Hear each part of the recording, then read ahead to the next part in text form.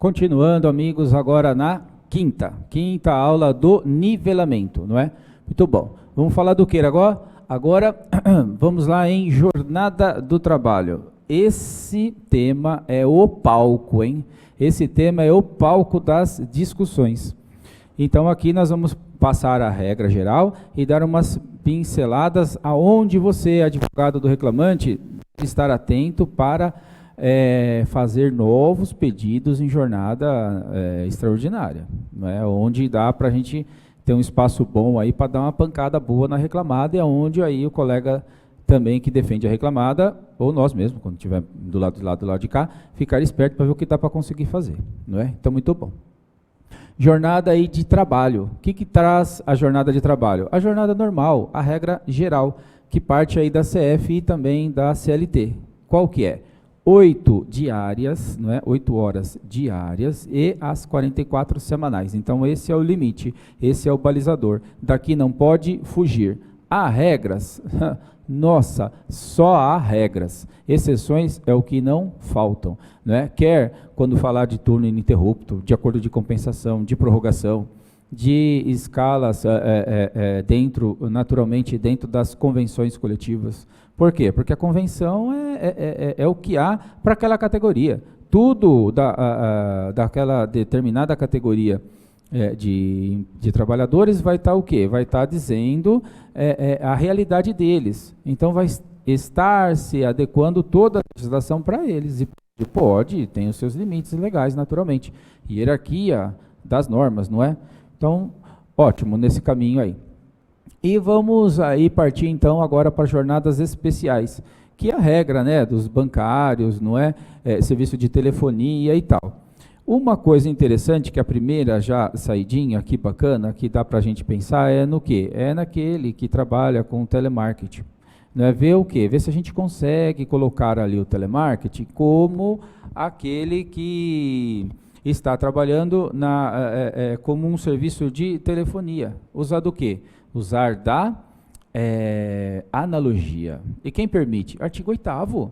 Qual é o artigo 8º? O artigo 8º da CLT. Artigo 8º da CLT abre as portas para o direito material comum. Então, nós vamos lá buscar o quê? A analogia e trazer aqui e aplicar nos serviços do telemarketing, sim. Por quê? Porque ele está direto no fone. É exemplo desse que eu estou usando agora.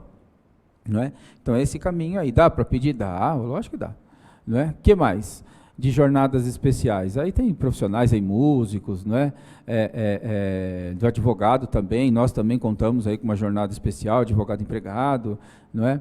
E tem o regime aí de trabalho de tempo parcial, que é aquela jornada parcial de trabalho. Se a regra geral é 8, a parcial, se é metade, então 4 horas. Não é? Caminhos do raciocínio. Não é? E essa jornada de 4 horas, pode o empregado se ativar em horas extras? Essa não permite. Não é? Parágrafo 4º aí do 59 da CLT impede esse contexto. Muito bom. Aí vem lá então o acordo de prorrogação de horas.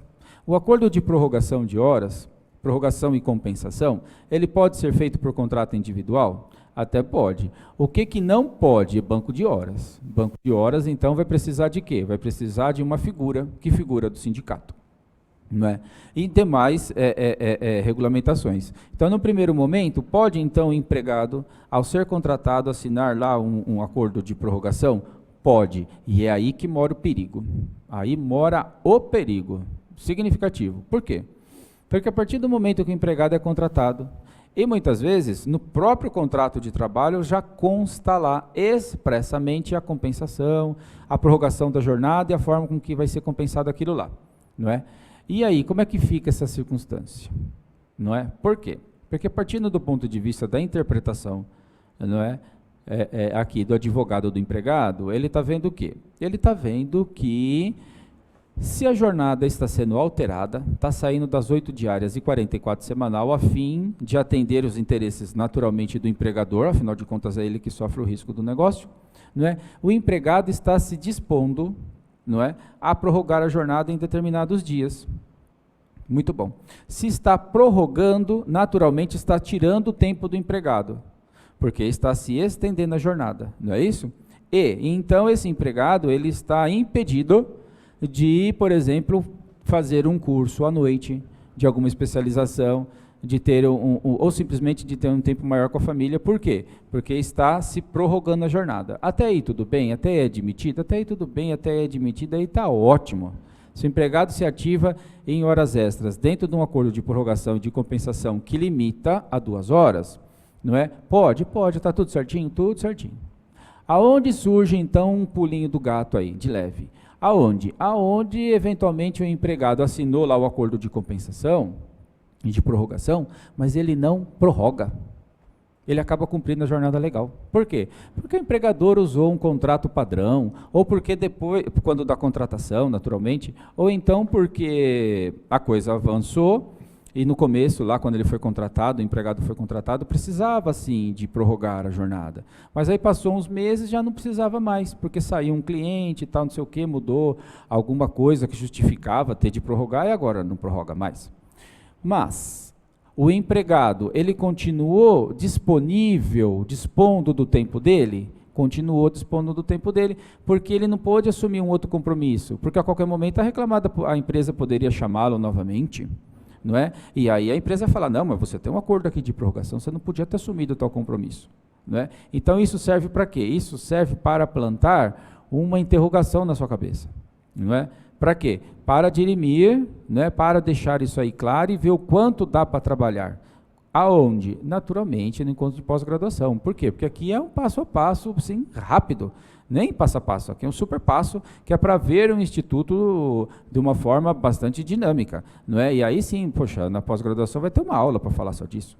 Então é outro contexto. Aqui fica então assim a chama, não é? Um chamariz de como a coisa funciona, não é? E a nossa pós ela é extremamente prática, não é para pegar na mão e aprender a fazer mesmo, passo a passo. Muito bom. Então está aí a questão aí do acordo de prorrogação. Quem não pode, né, prorrogar, por exemplo, o cabineiro aí de elevador, não é? Um outro exemplo, a questão da atividade insalubre, que é permitido prorrogar uma atividade insalubre. Poxa vida, nós já vimos insalubridade, né? Insalubridade é aquilo que vai destruir a vida da pessoa ao tempo, simplesmente assim. Por quê? Porque vai ceifando o quê? A saúde dela. E ainda vai se ativar em horas extras? Poxa vida, ainda vai. Pode, mas tem requisito. Precisa de quê? Autorização aí do Ministério do Trabalho, pelo artigo 60, ou então uma previsão em convenção coletiva pela súmula 349. E sempre integrando o salário, não é? Naturalmente. Muito bom. Que foi o que nós já vimos lá de remuneração também. Maravilha. E a compensação de horas? É o que também nós estamos vendo, né? Quando você trabalha mais num dia e tal, prorroga a outra, aí no outro dia trabalha menos, mas enfim, isso tem que estar tudo no contrato de trabalho ou então num termo próprio de a prorrogação e compensação de horas. Muito bom. E até chegar no banco, né? O banco de horas, então, ele é permitido, né?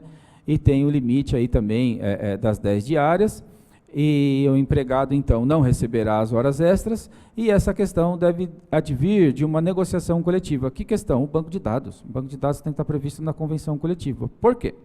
Porque se presume, não é, que os dirigentes sindicais, tanto dos empregados quanto dos empregadores, estavam lá defendendo cada qual o interesse de sua categoria, não é? E aí conseguiram consignar e chegar no entendimento de que o banco de horas era necessário para o âmbito daquela categoria, porque refletia numa condição benéfica para a geração de empregos, ou mesmo manutenção desses empregos, enfim.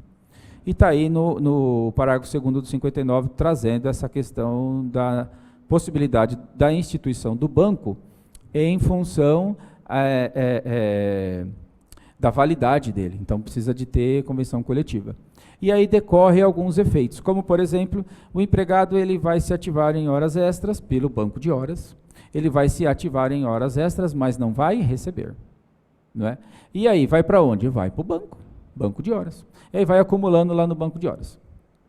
E se sobrevém, por exemplo, uma rescisão, não é? E seja qual for o motivo, pode ser justa causa, não tem problema. O empregado vai receber? Vai receber. como horas extras. Por quê? Porque não há mais como compensar, não por causa da justa causa, porque pode ser sem justa causa a rescisão, não há mais como dar folga, não há mais como esse empregado compensar esse tempo que ele trabalhou. Então ele deve receber em dinheiro, deve ser indenizado. Muito bem. Tranquilo então na rescisão. Que mais? Esse banco de horas ele vai ter a validade ali de 1 ano. Não é? De 1 ano tem que o empregado folgar, senão vai acabar trabalhando a vida inteira no banco de horas aí, não vai folgar nunca. Não é? Tranquilo também.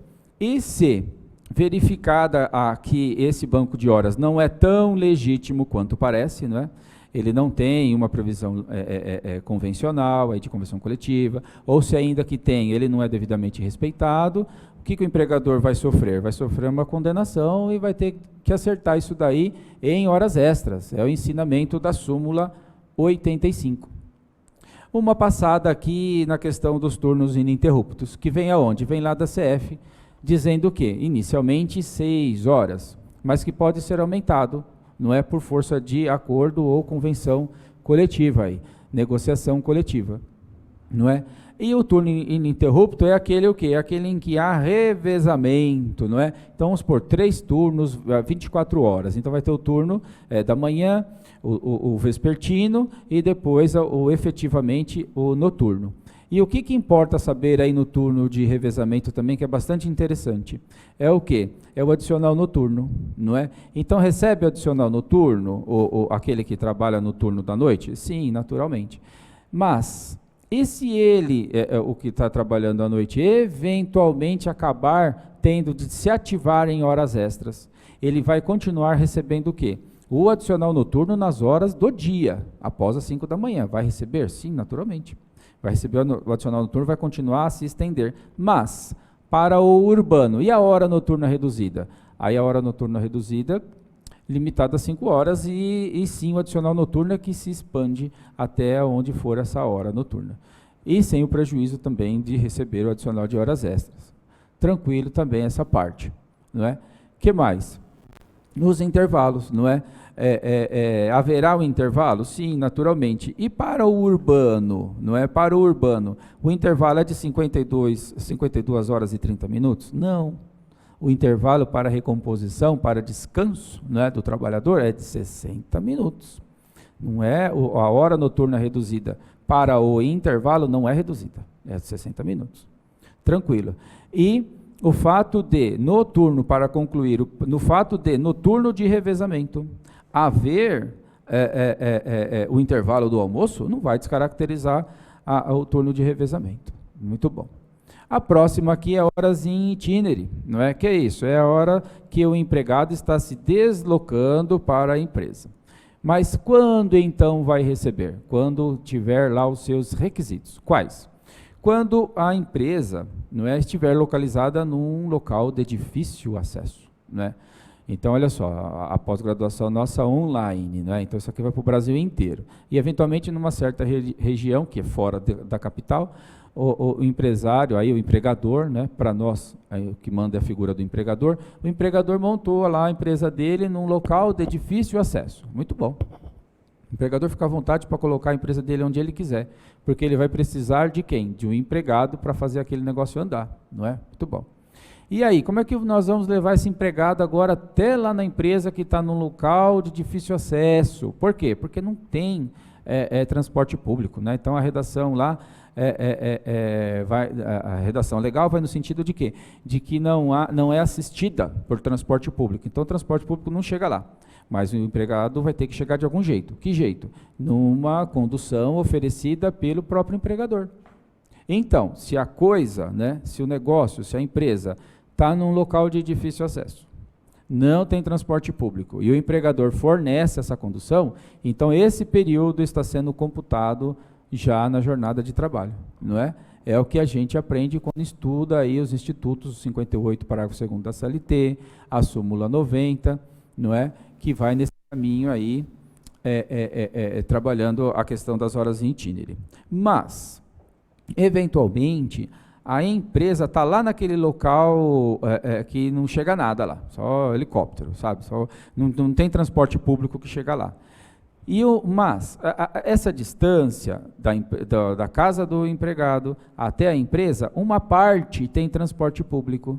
Né? Então o transporte vai até um certo local. Dali não tem mais transporte público. Ele bate ali o transporte público e volta. Mas não conseguiu chegar na empresa, falta um pedaço. Esse pedaço, o empregador, colocando o transporte por conta dele, estará então contando no tempo do trabalho, não é? Entra na jornada de trabalho. Maravilha. Então essa é a regra aí. É claro que naturalmente, como a gente sempre coloca, não é vista assim como uma revisão do que nós teremos de jornada extraordinária. E tem agora quem? Os excluídos. Ou seja, quando nós lemos lá, jornada de trabalho, né, turno e tal, quem faz jus, aquela coisa toda é tese para o reclamante pedir. E agora nós vamos ver a tese para a reclamada dizer que o empregado não tem direito. Ou seja, é quem? São os excluídos do regime de horas extras. Qual seria um primeiro aí que está excluído do regime de hora extra? Aquele que trabalha com uma circunstância que impede o empregador de controlar a jornada. Não é? E aí dá espaço para várias discussões. Né? Por exemplo, em regra geral é o vendedor externo. O vendedor externo é aquele que já vem num contexto já mais evidente de que não há possibilidade de controle. Sobretudo quando esse vendedor externo não vem até a reclamada todo dia pela manhã, né? Buscar a ordem de serviço dos clientes que ele tem que seguir. Poxa, aí já desconfigura também. O vendedor externo ele tem que ser externo, ele não vem na reclamada. Ele recebe eventualmente uma lista, uma orientação por e-mail, qualquer coisa e toca a vida dele lá. Não é? E também não volta para trazer o resultado da venda do dia, né? Senão dá muito bem para controlar a jornada e foge do cenário. No mesmo caminho vai quem? Vai o motorista. Que motorista? Carreteiro. Motorista carreteiro é aquele que viaja, não é? Que está lá com o caminhão, viajando no pequeno território nacional. Então o camarada está viajando entre as regiões, lá, norte, nordeste, depois ele vem para centro-oeste, depois quando vê ele já está lá na sul. Né? Quem é esse? Esse é o motorista, então, natural, o característico exemplo de motorista carreteiro. Mas pode ocorrer dele não ser tão carreteiro assim, não é? E aí vai surgindo as teses para o reclamante poder afastar a tese lá da reclamada, dizendo que ele é um legítimo motorista carreteiro.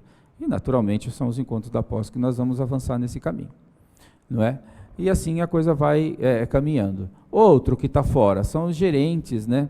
Gerentes e naturalmente aqueles que ocupam cargo aí de gestão. O que é gestão? De administração, né? Mas não é qualquer gerente, né? Ele tem que ter uma gratificação especial, não é? Ele tem que receber mais que os outros gerentes, não é? Vai no caminho aí do artigo 62, inciso 2 da CLT, que fala em 40%. Muito bom. Que mais? Uma coisa bastante interessante também, que é a questão de 10 empregados, não é? 10 trabalhadores aí devidamente registrados. Então, muito provavelmente, nas lides aí nós temos que experiência? A experiência do reclamante vir pedir horas extras. E uma saída para a reclamada, se o negócio for pequeno, é demonstrar que ela tem menos de 10 empregados. Muito bom. E é comum, tem muito empreendimento que tem menos de 10 empregados, às vezes um colégio tem menos de 10 empregados, um pequeno comércio tem menos de 10 empregados, não é? E aí como é que nós vamos provar isso? Argumentando? Argumentando até dá. Senta uma testemunha da reclamada lá para provar que tinha menos de 10, mas pode ter um do reclamante para dizer que tinha mais de 10. Então o que é interessante? É interessante documentar. Como é que documenta? Como é que a empresa prova que ela tem mais de 10? Ou tem menos de 10, né? No caso aqui, quer provar que tem menos de 10. Ela junta a RAIS, né? Que traz lá todo o histórico anual de empregados, de informação social, e aí para o Ministério do Trabalho, e aí ela vai conseguir demonstrar que ela tem menos de 10. Também pode juntar os recolhimentos fundiários dos trabalhadores, ela consegue também estar trabalhando para provar que tem menos de 10. Mas e aí, se ela tem menos de 10 empregados, para que serve? Serve para que ela não tem que carrear, né? Ela não tem que juntar aos autos o quê? Os comprovantes de controle de jornada, ela não precisa. Quem vai ter que fazer isso? Ninguém, muito menos o reclamante. Por quê? Porque não tinha controle, não junta. Então como é que fica? Fica aí, não tem prova documental. A prova vai ser efetivamente testemunhal. Também tranquilo também. Se tiver aí uma variação no cartão, é admitida, né? Uma variação aí também na marcação do cartão em 10 minutos, sendo 5 na entrada, 5 na saída. Temos esse contexto também.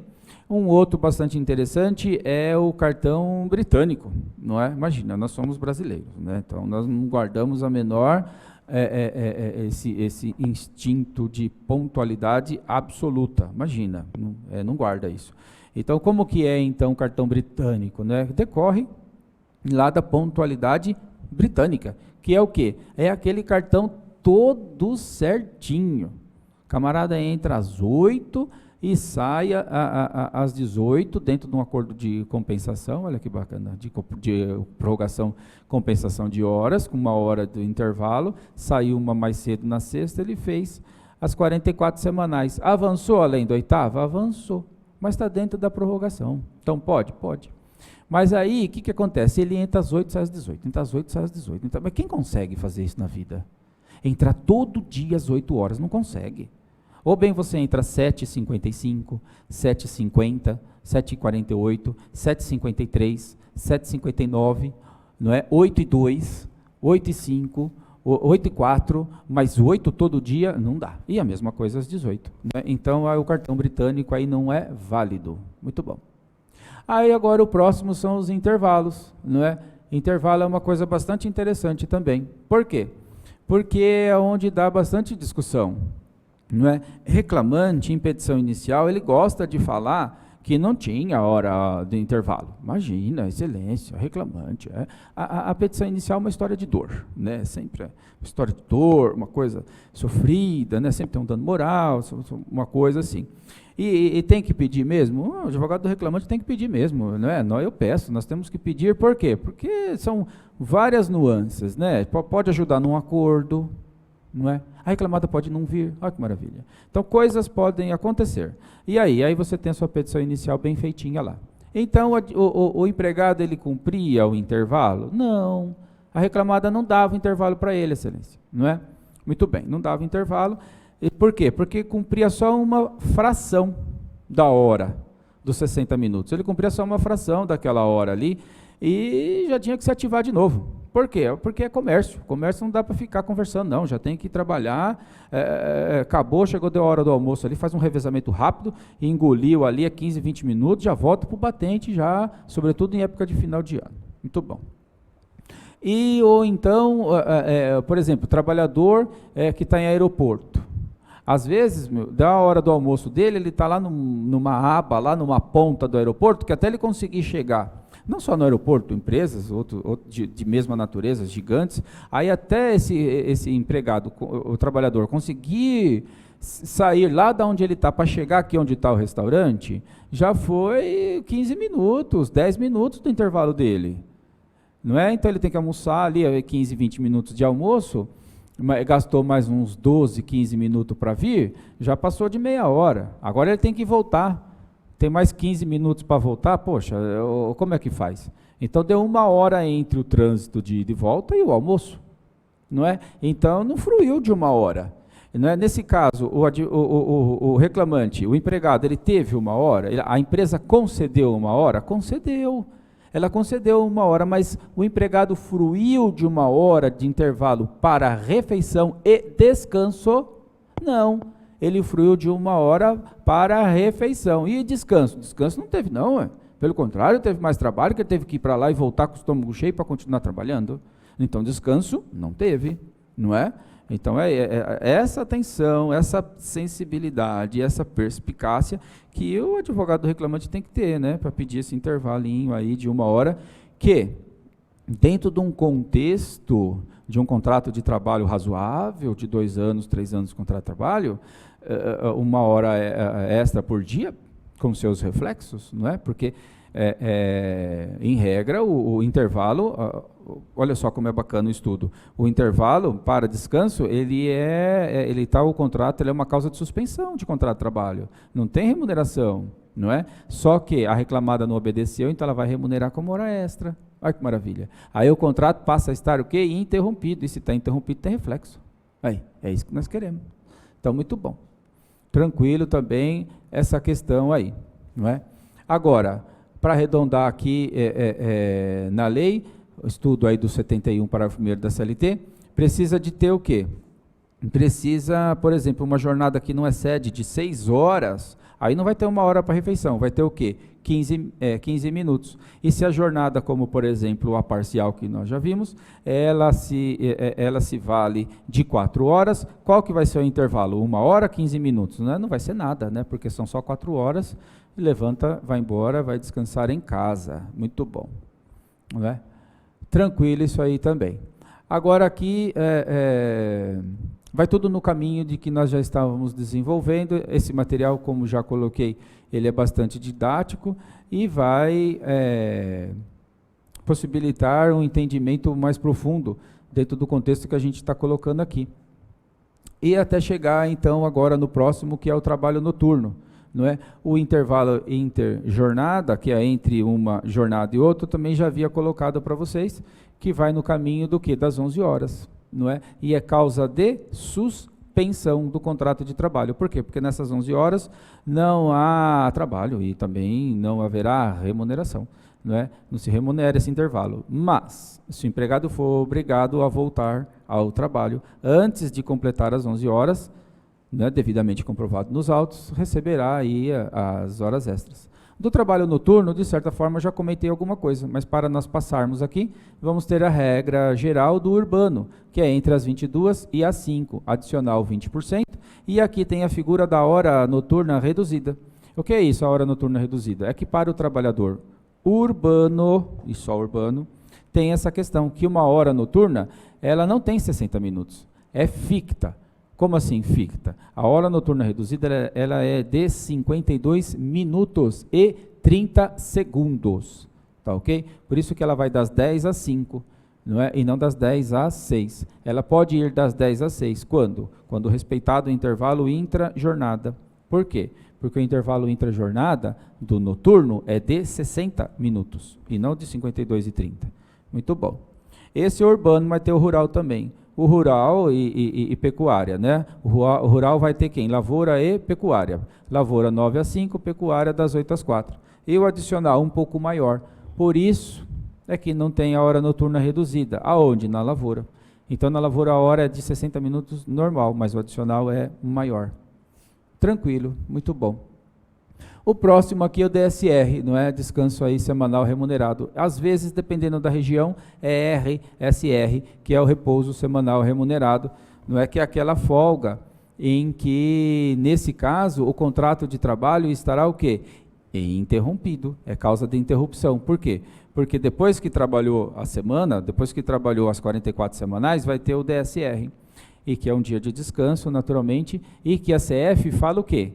Preferencialmente aos domingos, ou seja, a CF não garante o DSR aos domingos, é uma questão preferencial, não é? Então, as categorias que mais debatem essa questão, naturalmente, qual que é? É a do comércio, né? Você imagina um shopping contando com folga aos domingos. Não, domingo é o dia que tem que trabalhar. Então, a convenção coletiva dos shoppings de comércio, em regra, vai prever o quê? Vai prever quando, especificamente, quando esse DSR vai cair num domingo, por exemplo. Não é? Muito bom, está tudo dentro do contexto que nós estamos colocando aqui. Tranquilo isso. E aqui nós concluímos, então, o nosso 5º encontro e vamos ver já já o 6º encontro, mantendo a nossa ordem até concluir com o 11º. Esse foi o 5 de 11 e nós já vamos avançar.